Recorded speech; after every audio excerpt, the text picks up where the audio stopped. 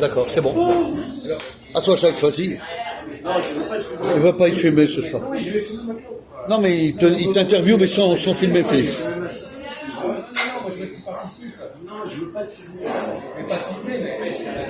Bon, après. Après, vas-y, bon, c'est pas grave. Bon. Alors on va le faire avec René. Et toi, si éventuellement. Voilà, éventuellement. Vas-y, Jacques. Le mot, on parle de le mot Israël. Oui. Qu'est-ce que ça désigne? Pour moi, en fait, il y a juif et israélite qui se donnent. Tu vois, je veux dire, Israël, ça veut dire juif, et juif, ça veut dire Israël. C'est une synonymie de langue française. Voilà, on retourne dans le problème pas de la langue française uniquement d'ailleurs. On va parler sur la Russie. On va pas le demander à Charles ce qu'il pense. Christophe. Qu'est-ce que c'est que soit Israël? Le mot Israël. Tu as écouté ce qu'a dit Je dis qu'Israël, judaïsme, c'est synonyme, tout ça. Juif, judaïsme, Israël, israélite, tout ça, c'est synonyme. Bon, voilà. Oui, c'est vrai, tu as raison, René. Bah, le mot Israël, il y a Israq. Il y a des mots comme ça, quoi, qu'on peut définir. Israq, quand je par exemple, son premier ministre, Israq Rabin. Bon, c'est pas le même mot, mais Isra, il y a un mot Isra, mais, Si on prend la Bible, mais il n'est pas écrit de la même façon. L'Ancien Testament, c'est pas synonyme. Si on prend l'Ancien Testament, c'est pas synonyme. Oui, mais aujourd'hui, c'est devenu synonyme. aujourd'hui, d'accord. Non, Oui, mais d'accord, mais alors, dans ces... non, ouais. aujourd'hui, oui. Voilà. Oui. Mais est-ce que Ça, c'est synonyme? C'est la question est là. Voilà. Dans le langage courant, c'est synonyme. Oui. C'est ça. Mais ça n'a pas toujours été. Alors comment c'était avant? Qu'est-ce qui était différent? En quoi ça diffère? En quoi le fait de dire c'est Israël, et quel était l'autre mot qu'on utilisait? Juif, ouais, voilà. À quel moment le mot Israël désigne autre chose? Est apparu, c'est ça que tu veux dire, peut-être. Moi, j'ai connu royaume de Juda, royaume d'Israël. Voilà, c'est ça. Bravo. Il y a une scission. Donc là, c'était pas synonyme. Non, C'était deux royaumes différents. Oui. bravo. Scission du royaume de Salomon. Donc tu dis Ça. Sous Salomon, il n'y avait pas la scission. Très bon. donc c'est synonyme aujourd'hui, mais c'était pas synonyme autrefois. Oh, voilà. Et c'est avant Salomon, la rupture c'est Salomon. Oui. Oui. Tout à fait d'accord. Je sais pas d'où tu sais ça, mais c'est vrai. Oui. Peut-être que c'est moi qui sais, j'en sais rien. Non mais je sais quand même. Je connais l'histoire. Bon, donc, alors donc finalement cette synonymie, elle cache une réalité ancienne. Oui. Qu'est-ce qui s'est passé pour que ces deux mots qui désignaient des territoires différents soient associés dans l'esprit des gens à la même chose? C'est-à-dire à la réunification. Oui. Alors il y a une réunification. Il y a eu plusieurs réunifications. Ah oui, d'accord. Voilà. Et ça aboutit à ça. Oui. Oui. Je simplifie un petit peu, mais enfin. Non, mais quand tu lis les prophètes, par exemple, parce que c'est l'ouvrage, là il n'est pas. Alors justement, la question qui m'intéresse, moi, c'est quel est le lien entre l'Ancien Testament et le Nouveau Testament? Voilà. Oui, mais ça depuis longtemps, ça. Mais ça fait rien, tu sais nous le On peut rappeler. recommencer. Non, mais en plus, c'est peut-être ce que tu sais n'est peut-être pas le mot final. Alors dis-nous ce qu'on en dit, ce qui a été, enfin, peu importe. Donc, l'Ancien Testament, c'est l'Ancienne Alliance, et le Nouveau Testament, c'est la Nouvelle Alliance. Bon. Bon, je comprends, mais je ne sais pas si toi tu Non, mais dans les textes, qu'est-ce qui modifie l'Ancien Testament et par rapport au Nouveau? Qu'est-ce qui change, René, s'il te L'Ancien plaît? Testament, il est en hébreu, Ouais. le Nouveau Testament, il est en grec. Ah, c'est pas faux. En arabéen, Bravo, l'arabéen, il a raison, c'est pas ça Jacques. qui est. Plus C'est arabéen. ça la différence. D'ailleurs, la différence, moi je ne sais pas demander la différence. Est-ce qu'il y a une filiation entre les deux? C'est ça. Oui, quand même. Quelle est cette filiation? Est-ce que le christianisme, poser une question un peu plus directe, Plus pointu, ouais. ok. Est-ce que le christianisme est plus proche du royaume d'Israël ou du royaume de Judée? La question, elle est forte. Pertinente. Parce que du moment qu'il y a eu ces deux royaumes, ils ont comme développé des religions différentes quelque part, des mentalités différentes, des pratiques religieuses différentes. Et donc, est-ce que le christianisme dépend plus, ressemble plus aux pratiques du royaume du Nord, du royaume d'Israël, ou aux pratiques du royaume du Sud, du royaume de Judée? C'est facile, Roland. Réponds. C'est le royaume du...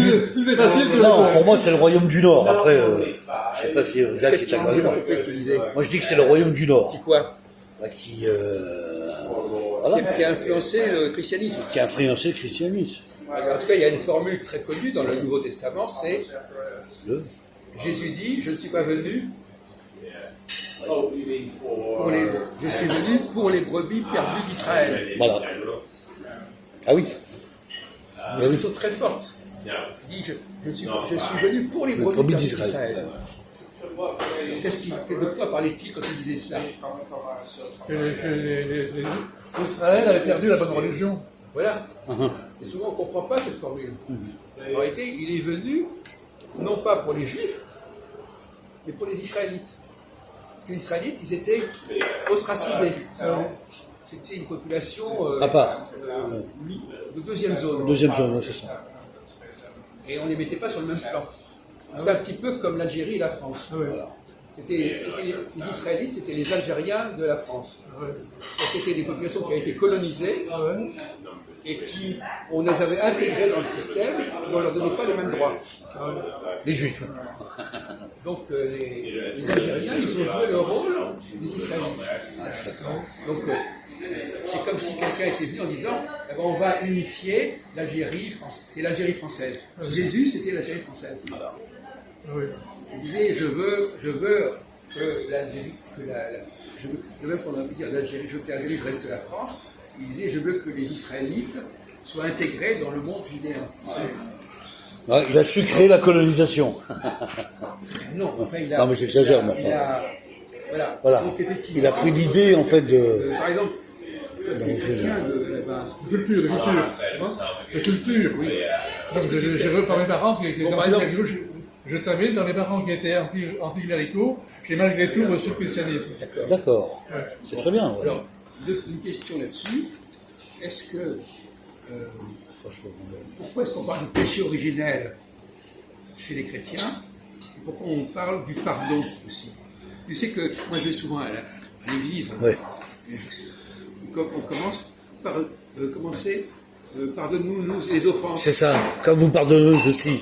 À C'est ceux qui... incroyable, il commence à l'office comme ça C'est quasiment. vrai. Nous avons offensé, etc. Ouais. Pourquoi cette espèce de fixation sur l'offense? Sainte Marie, Mère de Dieu, priez pour nous, pour vos pécheurs. Psychanalytiquement, ça veut dire quoi de s'excuser pour les offenses, de C'est se vrai. pardonner pour les offenses? C'est ça qui est... C'est le péché originel. C'est le péché originel. Ouais. Bah, je reprends le problème. D'où vient ce péché originel? Non, Alors, voilà. On n'en sort pas.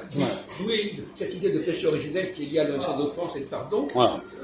Quelles sont les racines véritables? Est-ce qu'elles sont chrétiennes ou juives? Ah oui. On te demande de répondre à cette question à ta façon. Ouais. Ben, on vient de le dire. Les Israélites ont développé des pratiques religieuses hérétiques par rapport aux pratiques juives. Ouais. Donc il faut qu'ils soient pardonnés. Ah ouais. Donc le péché originel, c'est ce que tu as dit, c'est qu'ils se sont séparés du royaume du Sud. Ah oui. C'est pas le péché originel d'Adam et Ève, tu vois. Donc ils ont une sorte de revendication que reprend d'ailleurs Jésus. Voilà, et on nous pardonne. Jésus il vient en disant aux Juifs, pardonnez aux Israélites. Bah, c'est vrai, c'est ça. Donc c'est ça qui a été repris quelque part par les chrétiens. Par les chrétiens, ouais. Donc la véritable rhétorique chrétienne du pardon, elle est liée, mais justement ce qui est amusant, c'est que les chrétiens ne reconnaissent pas leur filiation par rapport à Israël. C'est vrai. Par rapport au Ils royaume ne le disent d'Israël. pas, c'est exact. Ils ne le disent pas. Mais en même temps, Ils ne le reconnaissent pas. le fait que dans la Bible, on met les deux documents l'un à côté de l'autre, Ouais. ça veut dire qu'il y a une filiation. Bien sûr. Mais, par exemple, qu'est-ce que tu penses du livre de l'Exode? De quoi nous parle le livre de l'Exode, la sortie d'Égypte? De quoi il nous parle? Allez, reviens. L'Exode, c'est la sortie d'Égypte, non? Oui, mais est-ce que tu le sais? Alors, malheureusement, on n'a pas le texte là ici. Ouais. Mais on parle des fils d'Israël. Fils d'Israël, ouais. Moïse est venu libérer les fils d'Israël. Israël. Comment se fait-il que dans la Bible juive, on parle des fils d'Israël? Alors on sait que les Israélites, c'est un pays paria en quelque sorte. Comment peut-on véhiculer l'histoire? Comment est-ce qu'on dit, par exemple, Moïse s'adresse aux fils d'Israël. Et en même temps, on sait qu'Israël, il doit se faire pardonner.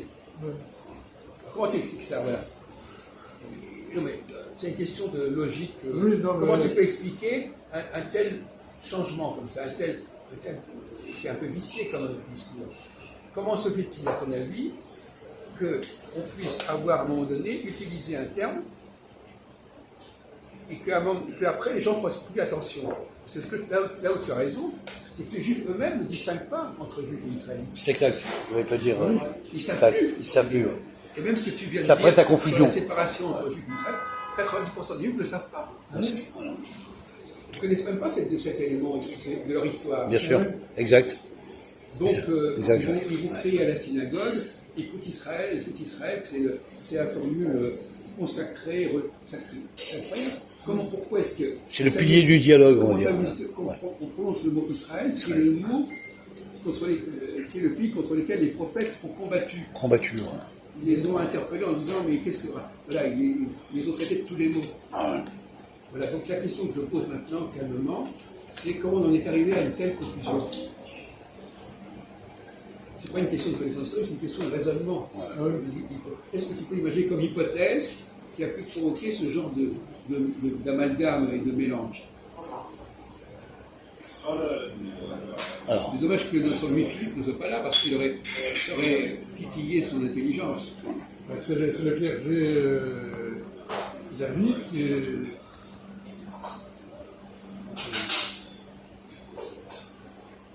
Tout en haut, il y a le clergé. Et alors, le clergé, qu'est-ce qu'il a, le clergé? Il est responsable de ça. Non, mais il a intégré. Je ne sais pas. Voilà. Ouais. Enfin, ce serait comme intéressant que tu te demandes. C'est religieux. Notre ami René Louis, oui. Il a les éléments historiques, ouais. Il n'en tire pas les conséquences. Cette confusion est religieuse. Non. C'est d'origine religieuse. Quel genre de confusion religieuse? Pourquoi est-ce qu'il y aurait-il une confusion religieuse à ce niveau-là? Qu'est-ce qui peut justifier une telle confusion? Pourquoi y a-t-il une confusion? Qu'est-ce qui fait que tout d'un coup il y a une confusion? Ouais. Oui. Qu'est-ce qui génère de la confusion? Tout à l'heure, tu parlais de synonymie, par exemple. Pourquoi est-ce que tout d'un coup, on ne sait plus distinguer ce qui était distinct? Peut-être que Philippe peut donner sa petite version là-dessus. On n'est plus capable de faire une distinction. Il peut. Peser. Parce que, comme disait l'autre, je ne sais pas si c'était clair, s'il y a des synonymes, c'est qu'à un moment donné, c'était deux mots différents. Il y avait des significations différentes. À un moment donné, on a dit non, c'est pareil. C'est ça la maladie. Eh bien, là. Alors, est-ce qu'on peut te poser la question quand même? Oui, vas-y. Ah, Philippe, faut être tranquille. On a besoin de... Non, tu vas y aller. On a besoin de ton intelligence quand même. Oh, c'est pas plus que vous. Si, non. Peut-être tu as l'esprit vif. Non, mais il va donner quand même sa logique à lui, Philippe. Alors, la question, tu vois, est simple. Résumer à notre camarade l'état du débat. L'état du débat, c'est que Israël et Juif, tu vois, c'est devenu synonyme. Oui, Israël ou Judée, je veux dire, c'est deux racines différentes. Ouais. Bon, c'est deux racines linguistiques qui sont totalement différentes. Qui dans un commun sont devenus synonymes. Non. Bon, C'est moi. Oui, mais tu as dit l'essentiel déjà, si tu veux, René. Il y a des Juifs et d'Israël, tu comprends? Voilà. Mais Juif ou Israélite, c'est pareil, je veux dire. Non, c'est pas pareil. Oui, Pour moi, c'est pas pareil. bien, c'est la religion, Israélite, c'est la religion, Juif. Voilà. Et l'Israël, c'est le nom du territoire. On a avancé, là, tu reviens au point de départ, là. Oui, non, mais on a avancé, on a discuté pendant 10 minutes là-dessus, tu reviens à ce que tu disais. Oui, mais C'est ça. la question est posée à Philippe. Oui, mais tu dois quand même lui expliquer où on en était dans le débat. Tu réponds, Philippe. Oui, mais je sais pas la question qu'elle Alors, Jacques, vas-y. C'est pas sérieux, mon vieux. Faut pas, Jacques, tu ne dis pas saboter non, la mais Jacques. discussion. Mais non, Décortique la question pour Philippe. Oui, mais il n'a même pas expliqué. ça fait rien, Il on n'a va même pas pas expliqué le débat. Non, Ça va, on va pas il faut s'énerver, là. Doucement, Jacques, doucement. On va pas se discuter. Non, mais il ne faut pas se moquer du monde. Bon, alors je vais essayer de résumer, puisque les familles en étaient incapables. Donc, la question, c'est que, comme a dit René Louis, c'est la chose d'ailleurs valable qu'il a dit au début, après ça a déraillé, il a dit effectivement, il y a eu, à la mort de Salomon, un schisme. Un schisme, ouais.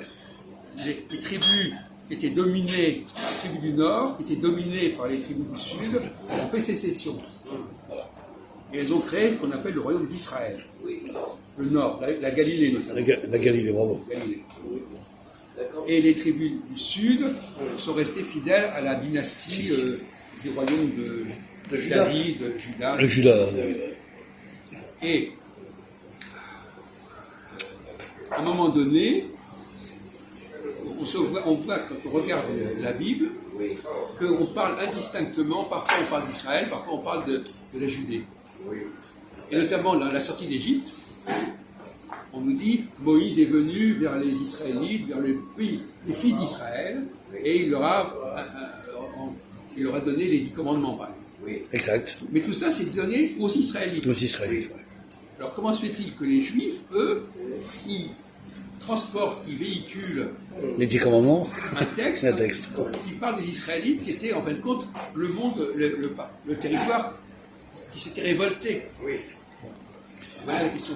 Comment peut-on arriver à un stade de confusion où on ne sait plus quels sont les enjeux, on ne sait plus pourquoi il y a eu un schisme, et en plus on parlait de Jésus, on disait que Jésus était venu pour réconcilier les royaumes, les gens du Nord et les gens du Sud.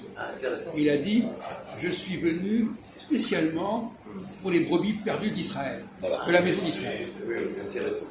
Alors le problème qui est déjà en passant, c'est qu'il n'est pas venu pour les Juifs. Il est venu pour s'adresser aux Israélites. Donc les Juifs n'avaient pas à reconnaître Jésus parce qu'il n'est pas venu pour eux. Voilà. Tu vois Non, mais on n'avait pas parlé de ça, mais c'est amusant. C'est exactement ça, il a raison. Il a été convertir les gens du Nord, les gens de Galilée, qui étaient considérés comme des gens qui n'étaient pas vraiment juifs. Qui étaient on parlait tout à l'heure de l'Algérie, on disait, c'était un peu les Algériens d'Israël.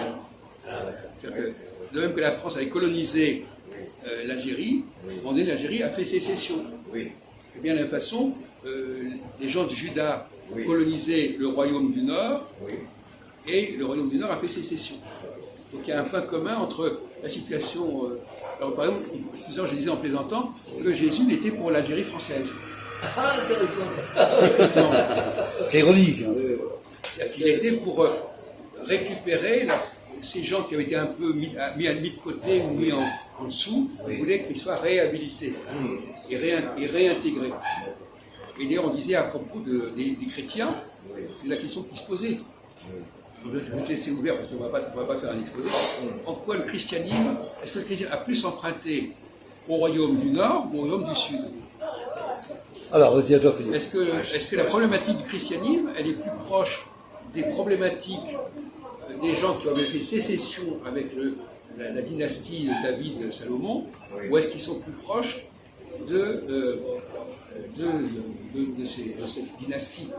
On vient de dire que Jésus, c'était un Judéen, un Juif qui est venu vers les gens du Nord. Le christianisme s'intéresse aux pauvres. Comment le christianisme s'intéresse aux pauvres? Ah si, et dans l'affaire, les pauvres, les opprimés, c'est les gens du Sud, c'est les Israélites. C'est les gens du Nord. Dans le Nord. Les Galiléens. Là, je me suis là. Comment le christianisme, il va vers les opprimés, vers les pauvres. Donc, il est dans la filiation des problématiques des gens du Nord. Ah oui. Qui se sont révoltés à la mort de Salomon. Ils ont dit il faut que vous relâchiez votre pression sur nous parce que c'était trop. Il y avait trop d'impôts. Oui, par exemple, voilà. Et alors, le descendant de Salomon, il a dit non. Il a dit ah ben si vous voulez pas, nous on se sépare. Et c'était le roi David, c'est ça? Non, c'est Salomon. Oui, le descendant, c'est. Le descendant de Salomon. Le roi David, c'est le père de Salomon. Ah bon, d'accord, c'est un roi. Et le roi Salomon, non, le roi David, et c'est un type qui s'appelait Roboam, qui n'a pas voulu négocier correctement avec les gens qui protestaient. Et ça a créé le schisme. Mais la question qui se pose, c'est comment se fait-il? Alors les prophètes, ils n'arrêtent pas de s'en prendre à Israël. Exactement, Jacques. Ils attaquent Israël. Sans arrêt. Mais Israël, c'est les gens du Nord. C'est ça. Alors, évidemment, dans notre synonymie, dans la tête, les gens disent Israël, c'est les Juifs. Mais ce n'est pas du tout les Juifs.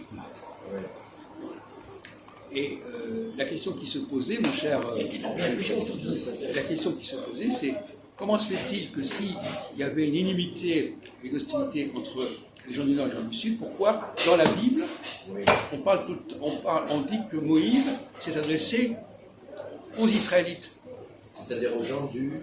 aux gens du Nord, les Béné Israël, les fils d'Israël. Par quelle bizarrerie, tout le livre de l'Exode, de la sortie d'Égypte, qui est d'ailleurs célébré par la Pâque juive, Oui, exact. rien que ça, Ça. traverser la mer Rouge et ces miracles, etc. Comment se fait-il Pessar. Mais ça, comment se fait-il que les Juifs aient accepté de transporter une Bible qui parlait des Israélites? C'était justement un pays qui était mis à part. Elle a été écrite par les scribes de Salomon, c'est tout. Elle a été écrite par les scribes de Salomon. C'est-à-dire, on parle des prophètes. Les prophètes, ils ont vécu bien après Salomon. Bon, Ah oui, d'accord. donc, ça raconte des choses plus lointaines que ça. Très intéressant.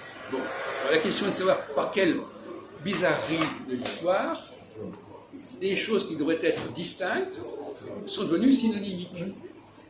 Pour employer l'expression de René Louis. Qu'est-ce qui fait qu'à un moment donné, des gens mettent ensemble, au même plan, des choses qui étaient au départ différentes et que les gens percevaient comme différentes? On voudrait savoir, on voudrait mettre à l'épreuve ta perspicacité. Là, j'avoue que Même si tu connais rien, même si tu connais rien à la Bible, hein, j'ai c'est une quelques question notions, mais là, posée dans des têtes j'ai de jamais veille. réfléchi, donc il faut le temps. Franchement, Oui, mais enfin, c'est très intéressant. c'est assez facile de répondre. Peut-être que toi, tu as eu le temps de trouver une théorie, une hypothèse là-dessus. C'est pas difficile. Voilà. À un moment donné, les gens distinguaient les choses. Au bout d'un moment, ils les distinguent plus. Quand on les distingue plus, on les met ensemble. Bon. Alors, qu'est-ce qui fait, par quel processus, tout d'un coup, ceux qui pouvaient distinguer ne savent plus distinguer? La distinction disparaît. Ah ouais. Là, je venais sur la voie. Quel est le processus qui fait que tout d'un coup, ce qui était complètement perçu comme différent, on a cru que c'était la même chose? Par exemple, ça c'est une tasse en céramique, ça c'est un verre en verre. Bon. Oui, c'est la même chose, c'est la même chose. Si tu peux enlever ce truc-là. J'essaie de réfléchir. Non, mais ils avaient compris, ça, c'est pas. C'est la même chose, mais Non, mais la question n'est pas là. C'est pas dans Par le exemple, sujet, là. Bon, non, mais par exemple, on peut par exemple imaginer un couple, et puis après ils sont séparés. Ou l'inverse. Bon, donc finalement, ce qui était séparé, à un moment donné, peut ne plus l'être à un moment donné, ou ce qui n'est plus pour. On va dire, voilà. Alors la réponse, elle est simple. J'aimerais bien que Philippe la trouve, mais la réponse, c'est l'ignorance. J'allais le dire, mais j'étais pas sûr. L'ignorance. Les gens ont oublié Voilà, il y le avait une problème. perte de savoir, une déperdition. Ils arrivent plus tard, ils ne savent plus ce qui se passait avant. Une Et déperdition. donc pour eux, c'est pareil. Mais en réalité, ils ont perdu le souvenir du clivage, du schisme. Ouais. Alors, qu'est-ce que ça veut dire? À quel moment peut-on avoir perdu le souvenir de quelque chose? il faut du temps quand même. Voilà. C'est-à-dire que Il faut du temps. voilà. Apparemment, cet ensemble de documents a été rassemblé tardivement. À un moment donné où les gens ne savaient plus qui était qui. C'est la déperdition Du savoir. Il y a une mémoire historique qui s'est perdue. Et à ce moment-là, bon, fils d'Israël, juifs, etc., bon, ben, c'est pareil, on ne sait plus ce qu'il en était. C'est ça. Voilà, c'est ça les ravages de la synonymie. Mais, alors, donc, on va plus loin, on a pas tout ouvert. Pourquoi il y a une filiation entre le royaume d'Israël et le christianisme?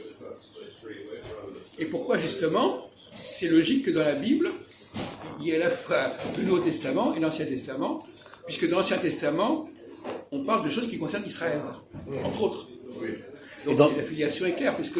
Est-ce que dans le Nouveau Testament, on parle d'Israël? Oui, puisqu'on vient de dire que Jésus dit, je crois que c'est chez Luc, je suis venu spécialement pour les brebis perdues d'Israël. Il emploie le mot Israël. Oui, pour récupérer les Galiléens. Voilà, pour les intégrer, pour mettre fin à une ségrégation qui serait injuste, etc. Un juste milieu. Il est venu les aider. Alors, entre parenthèses, ça, il y a une autre question qui se pose. Vous connaissez la formule « nul n'est prophète en son pays ». Oui, Alors, la question est de savoir, par exemple, prenons bon, le cas de Moïse, par exemple. Est-ce qu'il était juif, Moïse? Non. Non? Moïse n'était pas juif, n'était pas juif. Ah bon? Moïse, Oui. il était fils de Pharaon, Enfin, bon, d'accord. Beaucoup de juifs disent qu'il était juif. Oui, mais il était accepté à la cour de Pharaon, c'est pas Je dire. sais, mais Donc c'est malgré peut-être tout. pour ça qu'il n'était pas Alors, juif. donc, si vous demandez à. Là, on est dans la sociologie. Oui, oui. Si vous demandez à un juif. il était fils de Pharaon et frère de la... Non, mais il avait été récupéré. Oui, en France. Récupéré. Oui. Il était pas- Adopté, Oui, oui, sur c'est comme l'adoption. Oui, pas fils au sens strict Pas, du terme. pas dans le sens Et génétique. même, on raconte même, C'est ça. on raconte même, Même. que il a été mis dans un berceau Oui, sur ça, le sur Nil, un etc. fleuve, Donc, ça, oui. c'était Par Pharaon. parce qu'il était justement menacé en tant que juif. Oui, je sais, C'est ça. il tué tous les Pharaon avait fait un décret Oui. demandant la mort des nouveaux juifs, des nouveaux Oui, juifs. oui, voilà. Donc on dit qu'il est juif. Voilà. Oui, il est miraculé. Mais en il est même accepté. temps, alors justement, c'est déjà la contradiction du texte, parce qu'en même temps, quand Dieu s'adresse à Moïse et le charge d'une mission, qu'est-ce qu'il dit? Il dit va parler à ce peuple. Oui. Donc il ne dit pas va parler à ton peuple. Oui, c'est vrai, le pharaon lui dit, va parler à ce peuple. Voilà, je te missionne vers Je te missionne vers ce peuple. Donc ça veut dire que pour lui, Moïse n'était pas. Donc finalement, c'est toujours la même chose. Donc Moïse n'était pas censé. Alors justement à ce propos, est-ce que toi qui connais un peu l'histoire, quel est le grand homme politique de l'époque qui a ramené les Hébreux à Jérusalem? Ben Gurion. Non, mais je parle Ah non, oui, d'accord. on parle du 5e d'accord. siècle avant notre ère. Non, Ah, d'accord, oui, c'est d'accord. c'est le chef de l'Empire perse, je veux dire, Voilà. je ne sais plus lequel, je veux dire, bon, Cyrus. Cyrus. Cyrus. Donc, le personnage de Cyrus, c'est lui, historiquement, qui a ramené Oui. les gens vers Jérusalem. Jérusalem. En fin de compte, quelque part, on pensait que le personnage de Moïse a été calqué sur le personnage de Cyrus. Oui. Parce que Cyrus, il a une réalité historique beaucoup plus évidente que Moïse. Que Moïse, oui. Voilà. Donc, on va te laisser partir. Hein. Oui, parce que, allez-y, il n'y a pas. Merci d'être venu. Oui, mais merci, prof, ça m'intéresse. La prochaine fois, je vais réfléchir à ce que vous avez dit. Voilà. Je vais pas arrêter.